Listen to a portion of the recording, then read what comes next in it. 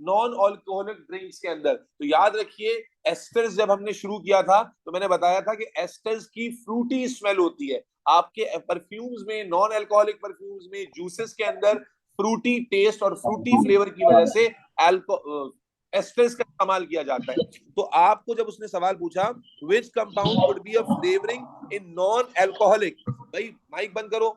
Non alcoholic का मतलब alcohol तो होगा ही नहीं, तो जहां जहां अल्कोहल आप काट दोगे, ये अल्कोहल है, ये कट गया। अब रह गया कार्बोक्सिलिक एसिड और क्या रह गया, एस्टर।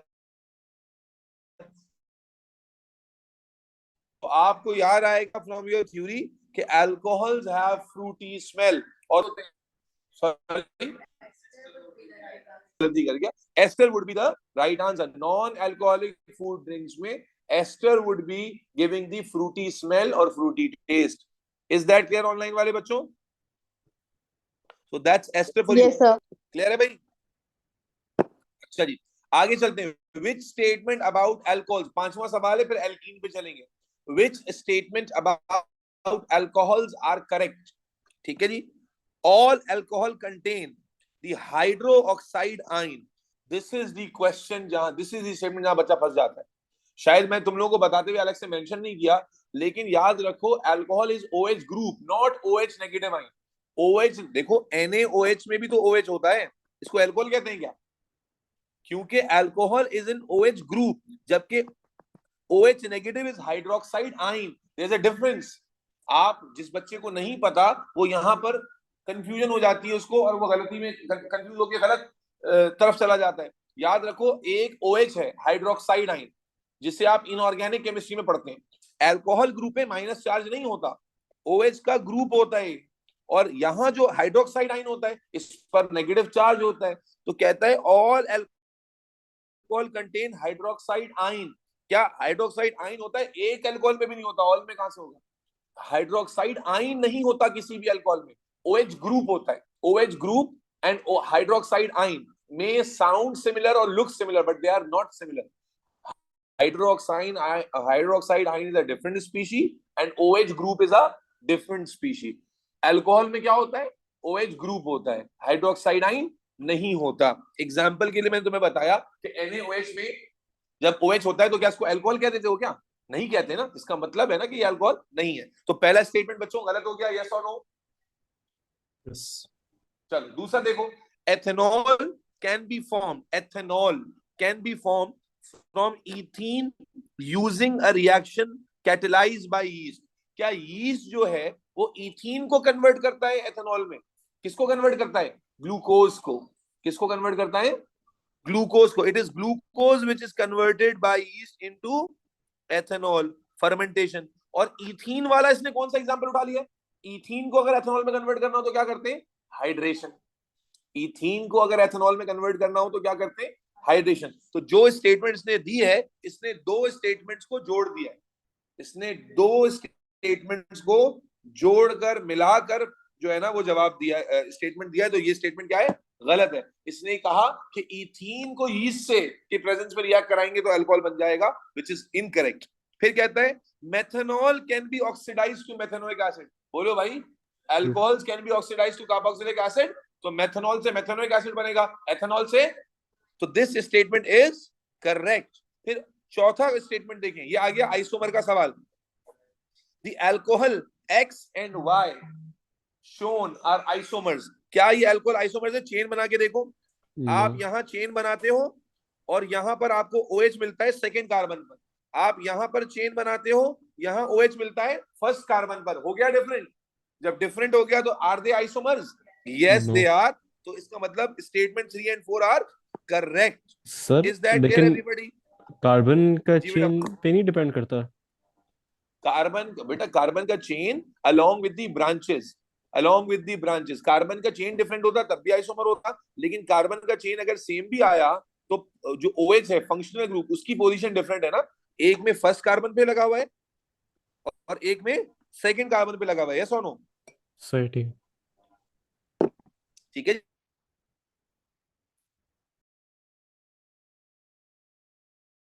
जी।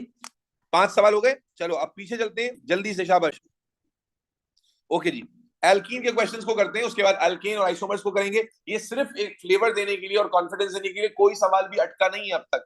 आगे चलते हैं मेरे बच्चे। The structure of compound x is shown. Alkene आपके दिमाग में होना चाहिए। एल्कीन की प्रिपरेशन के 3 तरीके, क्रैकिंग, फ्रैक्शनल डिस्टिलेशन और डिहाइड्रेशन ऑफ अल्कोहल। कैसे होती है डिहाइड्रेशन, वो आपको याद है, कॉन्सेंट्रेटेड सल्फ्यूरिक एसिड इस्तेमाल होता है। प्रॉपर्टीज में कंबशन, एडिशन और एडिशन के अंदर हाइड्रोजन की एडिशन, फिर हेलोजन की एडिशन, फिर स्टीम की एडिशन और फिर रिएक्शन विद ब्रोमीन वाटर। अब शुरू करते हैं। The structure of compound x is shown, ठीक है जी। और आप देख पा रहे हो कि आपको यहां पर कार्बन कार्बन का डबल बॉन्ड नजर आ रहा है, which means it is alkene। कहता है 4 statements are made about compound. देखो स्टेटमेंट वाले क्वेश्चन ना ज्यादा कंफ्यूजिंग होते हैं। आप जल्दबाजी में रहोगे तो आप एक स्टेटमेंट को सही समझ के आंसर कर दोगे, सारे स्टेटमेंट को केयरफुली रीड करना जरूरी है। X burns into air to form carbon dioxide and water. भाई कंबशन होगी इसकी, नहीं होगी? और जब होगी तो क्या कार्बन डाइऑक्साइड वाटर बनेगा? बिल्कुल बनेगा। उसके बाद X turns bromine water from colourless to brown. देख रहे हो कमीनापन चेक कर रहे हो उसका, कि एक्स टर्न्स ब्रोमीन वाटर। आपने बोला हाँ हाँ ठीक है ठीक है, लेकिन उसने क्या कहा? कलरलेस टू ब्राउन, जबकि एक्चुअल क्या होता है? Brown to colourless. जो एल्कीन्स होती हैं, जब आप इसमें ब्रोमीन डालते हो तो वो ब्राउन होती है और वो कलरलेस हो जाती है। उसने क्या दिखा? ये होता है साइकोलॉजिकल गेम एग्जामिनर का। एक्स टर्न्स ब्रोमीन वाटर, बस हाँ ये तो ठीक। और आप बाद में आप रीड पूरा करते हो, लेकिन चूंकि आप एक्साइटेड हो जाते हो अंदर से, यार ये तो मुझे आता है, तो आप उसको केयरफुली रीड नहीं करते, आप उसको टिक कर देते सही। जबकि हमें पता फ्रॉम थ्योरी कि एक्स ब्रोमीन वाटर को बिल्कुल डीकलराइज करता है, यानी रेडिश ब्राउन से कलरलेस पे ले जाता है। तो इस बेसिस पर ये स्टेटमेंट गलत हो गया। फिर एक्स इज प्रोपीन। क्या एक्स प्रोपीन है? देखो 3 कार्बन है ना, नहीं 4 है। कितने कार्बन है? 1 2 3 और 4, ठीक है ना? 4 कार्बन तो प्रोपीन नहीं होगा ना भाई, ठीक है। उसके बाद आ जाओ, the number of carbon carbon single bond is increased by reacting it with hydrogen. हाँ भाई, अगर मैं इसको हाइड्रोजन से रिएक्ट कराऊं तो क्या रिएक्शन होगा? डबल बॉन्ड टूटेगा, एक हाइड्रोजन यहां लगेगा, एक हाइड्रोजन यहां लगेगा। यस और नो? तो नंबर ऑफ सिंगल बॉन्ड बढ़ गए या नहीं बढ़ गए? बढ़ गए। It means this is also correct. तो कौन सा ऑप्शन ठीक हो जाएगा? दैट क्लियर बच्चों? सर सोहेब, बुशरा, नबीहा, तुम्हें समझ आ रहा है भाई? Yes, बढ़िया। sir. फिर तुम यूं करेंगे, मैं तो पार्टिसिपेट कर रही हूँ। समझाने का तो गेम खत्म हो गया ना, अभी तो पार्टिसिपेशन तो गेम शुरू हो गया।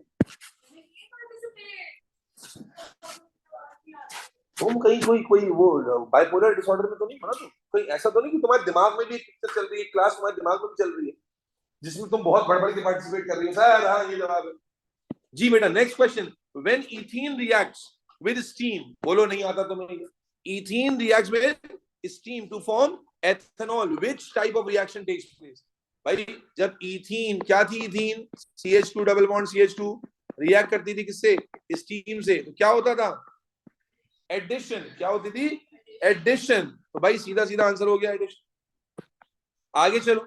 The hydrocarbon, okay, the hydrocarbon, this एक हाइड्रोकार्बन दिया हुआ है, will undergo a number of chemical reaction. एक हाइड्रोकार्बन, हाइड्रोकार्बन जब भी बोलेगा या तो अल्कीन होगा या एल्कीन, या तो अल्कीन होगा या alkene. In which reaction will the carbon to carbon single bond be broken? कहता है ये एक हाइड्रोकार्बन है और ये बहुत सारे रिएक्शन कर सकता है। कौन से रिएक्शन में इसका कार्बन टू कार्बन बॉन्ड टूटेगा? बताइए। उल्टा शुरू कंबशन। करते हैं। रिएक्शन स्टीम में टूटेगा क्या? स्टीम जब रिएक्शन होती है तो एडिशन होती है, एडिशन में बॉन्ड टूटते हैं कि बनते हैं? बनते हैं। हाइड्रोजनेशन, हाइड्रोजनेशन का मतलब हाइड्रोजन ऐड होना, उसमें भी बॉन्ड बनते हैं। पॉलीमराइजेशन, पॉलीमराइजेशन में भी मोनोमर कंबाइन होते हैं तो बॉन्ड बनते हैं। मेरी जान के टोटे, कार्बन कार्बन बॉन्ड कहां टूटता है? कंबशन में। भाई कंबशन में जब आप कंपाउंड लेते हो सारे बॉन्ड टूट जाते हैं, carbon convert into carbon dioxide, तो बॉन्ड टूटेगा जब ही तो होगा। चलिए अच्छा, अब इस तरह का कंपाउंड आ जाता है ना बच्चों, सर तो पढ़ाया नहीं तो पढ़ाया नहीं, वो भाई दैट डजंट मैटर, वो पूछ क्या रहा है पढ़ तो लो। आपको उसने 2 कंपाउंड दे दिए, रिंग कंपाउंड है ये। अब आपने बोला नहीं सर, ये तो सर ने जुड़वा दिया था भाई। आप देखो सही क्या कहता है, hydrocarbon compounds can form rings of carbon atoms as well as chains, the structures of 2 hydrocarbon rings are shown. अब 2 हाइड्रोकार्बन रिंग छोड़ कर दिए, मुझे बताओ ये सैचुरेटेड है या अनसैचुरेटेड है? सैचुरेटेड कैसे पता चला? वही नाजिल हुई, सारे बॉन्ड सिंगल है, और जबकि ये वाली क्या है? अनसैचुरेटेड है। यस और नो? तो अगर इसमें सारे बॉन्ड सिंगल हैं तो इसमें एल्केन की प्रॉपर्टीज होंगी और इसमें डबल बॉन्ड की वजह से एल्कीन की प्रॉपर्टीज होंगी। यस और नो? अब सवाल क्या पूछता है, which of P and Q is unsaturated and which reacts with aqueous bromine? Unsaturated कौन सा है भाई? Q है। Unsaturated कौन है? Q। तो भाई आंसर हमारा CD में से हो जाएगा। और फिर which reacts with bromine? Q he react करेगा। तो फिर हमारा आंसर क्या हो जाएगा फाइनल? बोलो भाई। डबल बॉन्ड की वजह से D हो जाएगा। बोल दो अब, बस बोलो नहीं हुआ ये, बहुत मुश्किल रोने लग जाओ। Okay, which statement about alkenes are correct? अब देखो जब हम ईयरली पास पेपर करेंगे ना यही क्वेश्चंस आएंगे भाई, अगर याद रहेगा तो हो जाएंगे। which statement about alkenes are correct? Number 1, they have general formula CnH2, yes or no? They undergo addition with steam, yes or no? They burn in air to form carbon dioxide and water, yes or no? Yes, yes, all yeses. Clear? ठीक है भाई, अब चलते हैं 5 सवाल करते हैं alkane से। आइसोमर वाले क्वेश्चन आएंगे इसके अंदर, तैयार हो जाओ। आइसोमर वाले क्वेश्चन थोड़े से माइंड बॉगलिंग हो जाते हैं बात। ठीक है जी, चेन वाली बात याद रखोगे तो जल्दी कर लोगे। चलो भाई, दी आइसोमर, अल्केन में ज्यादातर क्वेश्चन, अल्केन की अपनी केमिस्ट्री तो चुनी हुई सी है तो इसलिए आइसोमर ज्यादा आते हैं इसके अंदर। ठीक है, दी आइसोमर्स आर शोन, जरा देखते हैं। ये देखो 4 कार्बन की स्ट्रेट चेन और ये 3 कार्बन की चेन और एक ब्रांच, तो ये आइसोमर है या नहीं है? बोलो यस भाई। चेन डिफरेंट हो गई तो आइसोमर्स तो हो गए ना। चलो 4 कार्बन है दोनों में और चेन डिफरेंट है। अब शुरू करते हैं मेरे बच्चे। Which statement about these isomers are correct? They have the same empirical formula. भाई मॉलिक्यूलर फॉर्मूला सेम होता है तो एम्पिरिकल भी भाई कर लो ना, अगर नहीं आता घरे हो तुम तो C4H10 है मॉलिक्यूलर फॉर्मूला काउंटिंग करके। अब जब सिंप्लीफाई करोगे तो इसका एम्पिरिकल फॉर्मूला क्या बनेगा? C2H5। और जब इसका फॉर्मूला भी C4H10 है तो इसका भी एम्पिरिकल फॉर्मूला C2H5 ही बनेगा। तो दैट्स समथिंग ऑब्वियस कि अगर मॉलिक्यूलर फॉर्मूला सेम है तो एम्पिरिकल फॉर्मूला भी सेम होगा। फिर कहता है they have different molecular formula. No, they are members of same homologous series. बताओ दोनों अल्केन है या नहीं है? दोनों अल्केन है या नहीं है? दोनों अल्केन है। तो मेरे बच्चे कौन से स्टेटमेंट ठीक हो गए? 1 and 3। Is that clear? 1 and 3 is clear. चलो, which statement about alkane is correct? alkane के बारे में कौन सा, लंबे लंबे तभी से पढ़ो। alkanes are described as being saturated because they are insoluble in water। भाई सैचुरेटेड तो है लेकिन उसका एक्सप्लेनेशन ये तो नहीं है ना कि वो इनसॉल्युबल इन वाटर है। यस और नो? सैचुरेटेड का एक्सप्लेनेशन क्या है कि कार्बन कार्बन सिंगल बॉन्ड है। फिर alkanes react with chlorine in addition reaction। alkane chlorine से जरूर रिएक्ट करते हैं लेकिन एडिशन में करते हैं क्या? किसमें करते हैं? सब्स्टिट्यूशन में। The alkane containing 10 carbon atoms in each molecule has a higher viscosity। viscosity का सेंस डेंसिटी वाला समझ लो, ये फिजिकल प्रॉपर्टी से आया है। The alkane containing 10 carbon atoms has a higher density than alkane with 20 carbon। Yes or no? No। क्या पढ़ा था आपने? जब कार्बन चेन बढ़ती है तो इलेक्ट्रॉन्स बढ़ते हैं, इलेक्ट्रॉन्स बढ़ते हैं तो van der Waals forces stronger होती हैं, और जब van der Waals forces stronger होती हैं तो पार्टिकल्स क्लोज पैक्ड होते हैं और डेंसिटी बढ़ती है। तो जितना बड़ा कंपाउंड होता है उतनी डेंसिटी ज्यादा होती है। तो ये कह रहा है 10 वाले की डेंसिटी ज्यादा होगी कंपेयर टू 20 कार्बन वाला। That's absolutely bullshit. The formula of an alkane with 35 carbon in each molecule is C35H72। Yes or no? Yes, it is C35H72 CnH2n plus 2 के पैटर्न से। ओके, नेक्स्ट देखो बेटा, propane. Propane undergoes substitution reaction. अब देखो book में तो नहीं है प्रोपेन लेकिन आया हुआ है एग्जाम में। Propane undergoes substitution reaction when mixed with chlorine gas in presence of ultraviolet light। आपको मालूम है ना जो क्लोरीनेशन होती है वो यूवी लाइट की प्रेजेंस में होती है। which compound could be formed when propane and chlorine are mixed together? Propane क्या होता है? देखो CH3 CH2 CH2 sorry CH3 CH2 and CH3, that's propane। अब आप जानते हो कि जब इसका क्लोरीनेशन कराएंगे तो कोई एक हाइड्रोजन निकलेगा, कोई एक हाइड्रोजन, और उसकी जगह क्या आ जाएगा? Cl। यही होता है ना पैटर्न। तो अब देखिए किसमें निकला है एक हाइड्रोजन। अच्छा, जब एक हाइड्रोजन निकलेगा तो क्लोरीन भी क्या आएगा? एक ही आएगा। तो अगर आप यहाँ देखें 2 क्लोरीन आए हैं, ये तो सीधा सीधा गलत हो जाएगा। तो एडिशन का पैटर्न होता है भाई। आप बताइए, मुझे याद आया सब्स्टिट्यूशन में एक हाइड्रोजन निकलता था, उसकी जगह 1 क्लोरीन आता था। तो आप पहले ऑप्शन में जब देखते हो तो आपको यहाँ पर 2 क्लोरीन घुसे हुए नजर आते हैं, ये तो वैसे ही गलत हो जाएगा। इसी तरह अब सेकंड एग्जांपल को देखें तो सेकंड एग्जांपल में भी आपको 2 बार क्लोरीन लिखा हुआ नजर आ रहा है, जो कि एडिशन में होता है, ये भी गलत हो गया। फिर तीसरे में देखें तो आपको क्लोरीन तो एक ही नजर आ रहा है, लेकिन CH3 लिखा हुआ है, जबकि आपको पता है कि अगर क्लोरीन यहां लगेगा तो यहां से एक H कम होगा। तो इट मींस हमारा आंसर क्या होगा? डी। वाई डी कैसे हो गया बेटा? अब आप देखिए डी में तो CH3 है, फिर CH है, उस पर Cl लग रहा है, फिर CH2 CH3।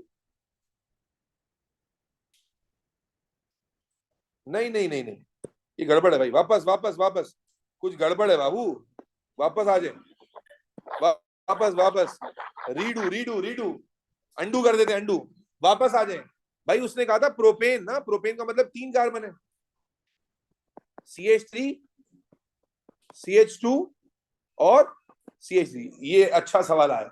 अब इस वाले ऑप्शन में तो 4 कार्बन आ रहे हैं, इस वाले ऑप्शन में कितने कार्बन आ रहे हैं? 4। तो भाई कार्बन थोड़ी बढ़ जाते हैं इसमें, तो ये तो एब्सोल्युटली गलत है। फिर यहां पर इसने 1 क्लोरीन लगाया लेकिन हाइड्रोजन कम नहीं किया, ये भी गलत है। यहां पर Cl और Cl लगाया, ये एडिशन का पैटर्न है, ये भी गलत है। हम यहां मिस कर गए इसको। असल में देखो यहां से 2 क्लोरीन लगाए हुए लेकिन 2 हाइड्रोजन भी तो कम किए हुए। आप देखिए सेंटर वाले कार्बन पर 2 हाइड्रोजन थे, वो 2 हाइड्रोजन खत्म करके 2 क्लोरीन लगाए। That is following the pattern of substitution. तो रीडू करना जरूरी था। तो पहले वाले ऑप्शन में CH3 कॉर्नर का है और दरमियान में जो CH2 था उसके दोनों हाइड्रोजन खत्म करके Cl आ गए हैं, 2 Cl आ गए। That's the correct answer. बाकी क्यों गलत है ये पता होना चाहिए। चलिए सेकंड लास्ट क्वेश्चन देखें। Which structure represents the isomer of butane? Isomers of butane, butane क्या होता है? 1 2 3 4, ये ब्यूटेन। अब जल्दी से कार्बन चेन बना लो। तो यहां पर कार्बन चेन यूं बनेगी, ये तो ब्यूटेन ही हो गया, सेम कंपाउंड। यहां पर कार्बन चेन कैसे बनेगी? यहां तो कार्बन ही 5 हो गए, इसमें तो कार्बन ही 5 हो गए, ये ब्यूटेन है ही नहीं। यहां पर 4 कार्बन की चेन बन रही है लेकिन चेन डिफरेंट तरीके से बन रही है, और यहां पर 3 कार्बन और एक अलग से बन रहा है। कौन है आइसोमर भाई? बोलो। डी। डी। वाई डी बेटा? सर क्योंकि why not C? Already already chain बने हुए हैं ना, एक तो ठीक है चेन। चेन डिफरेंट भाई, ये तो ओरिजिनल सर चेन है। हाँ बोलो अच्छा बोलो सही बोलो सही। बोलो। नहीं नहीं, मैंने अस्यूम किया था कि जब कोने से सी लगा हुआ है तो उसको सेम माना जाएगा एज नहीं लाइक चेन का, विथ ये सी। चेन तो यूं आएगी ना इसमें, और जी जी। उसके बाद ये अलग होगा। अच्छा ये क्यों नहीं है? आप कहें सर चेन तो डिफरेंट है, ये क्यों आइसोमर नहीं है? भाई इसका मॉलिक्यूलर फॉर्मूला चेक करो, ये ब्यूटेन के मॉलिक्यूलर फॉर्मूला पे आ ही नहीं रहा। ये C4H8 है, जबकि सही। ब्यूटेन का मॉलिक्यूलर फॉर्मूला होता है C4H10। सो ये बात समझ आती है? जी जी। पांचवा और आखिरी सवाल देखें। Which statement are true for homologous series? आपने पढ़ी भी है homologous series, जल्दी से देखते हैं। Which statement are true for homologous series? Each series contains saturated compound. क्या सारी homologous series में saturated compound होते हैं? भाई अल्केन एल्कीन सारी homologous है ना, अल्कीन तो saturated नहीं होती। दूसरा, the compounds in each series are unreactive. क्या सारी homologous series के अंदर जो compound है वो unreactive होते हैं? No. Each series has a general formula. सारी series का general formula है अपना अपना? Yes. Each series has a gradation in physical property. Physical property gradually change होती है? Yes. तो कौन सी स्टेटमेंट ठीक हो गई? 3 and 4। तो मेरे बच्चों, मेरे नौनिहालों, तुम्हें ऑर्गेनिक के मल्टीपल टॉपिक से कुछ सवाल दिखाने का मकसद, और अभी तो ये पेपर 1 के सवाल है, ये तो फिर थोड़े से मुश्किल है। पेपर 2 इससे भी आसान होता है, अगर आपने पढ़ा हुआ है, बस आपने कॉपी पेस्ट करना होता है। 2 सवाल करने के बाद आप बोलोगे यार ये बार बार क्यों आ रहा है। यहाँ तो कम से कम आपको लग रहा है ना कि एवरी क्वेश्चन इज डिफरेंट, लेकिन पेपर 2 में आप 2 सवाल करते हो, तीसरा बोलते हो यार ये फिर वही आ गया, और आप कहते अब मैं नहीं कर रहा हूं। तो बात ये है कि अगर तो आपने ऑर्गेनिक अच्छे से खानदानी तरीके से कर ली है लर्निंग, तो ये आपके लिए आसान। अगर आपने वही लर्निंग को बचा के रखा हुआ है, फिर अल्लाह आपका हाफिज़ नासिर है। इंशाल्लाह सैटरडे वाले दिन we will be doing paper 2 of organic, और इसी तरह से एक एक दो सवाल हम सारे टॉपिक से टच करेंगे, और इंशाल्लाह अल्लाह ने चाहा तो ऑर्गेनिक को completely for once for all wind up करेंगे और आगे बढ़ेंगे। ठीक है।